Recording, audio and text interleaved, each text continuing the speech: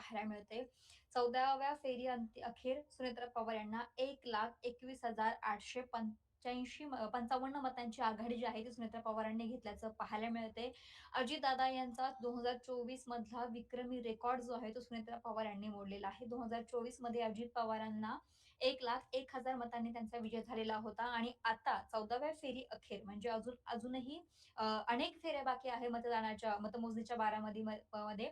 परंतु 14व्या फेरी अखेर सुनेत्रा पवार यांना 1,21,855 मतांची आघाडी जी आहे ती मिळालेली आहे. 14व्या फेरीमध्ये सुनेत्रा पवारांना 9,587 मतं जी आहे ती मिळाल्याचं पाहायला मिळते आणि एकूण आपण मतांचा आकडा पाहिला तर 14व्या फेरी अखेर 1,21,855 मतांची आघाडी सुनेत्रा पवारांनी घेतल्याचं पाहायला मिळते. एकंदरीतच अजितदादांचा रेकॉर्ड सुनेत्रा पवार मोडतील अशी शक्यता जी आहे किंवा अशा चर्चा ज्या आहेत त्या समोर आल्या होत्या. अनेकांनी विश्वास व्यक्त केलेला होता आणि तशा पद्धतीचं चित्र आता स्पष्ट व्हायला लागले. खरं तर बारामतीमध्ये मी फक्त 58% एकच सेकंद अक्षता तुला थांबवते, की अजित पवारांचा हा जो रेकॉर्ड सुनेत्रा पवारांनी मोडलेला आहे, तो 2024 चा मोडलाय. पण प्रत्यक्षामध्ये अजित पवारांचा सर्वाधिक त्यांचा वैयक्तिक रेकॉर्ड जो आहे, तो 2014 चा आहे, जो 1,65,000 चा आहे.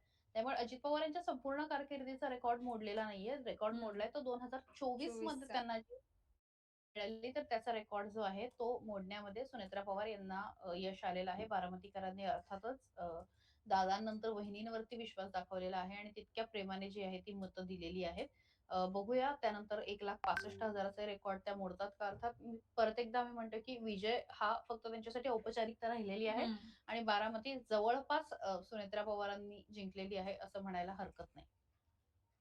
अर्थातच आता आणि राहुरीमध्ये सुद्धा बारामती सोबतच राहुरीमधलेच आपण चित्र पाहणार आहोत. राहुरीमध्ये 14व्या फेरी अखेर जे भाजपचे उमेदवार आहेत अक्षय कडिले यांना 58,100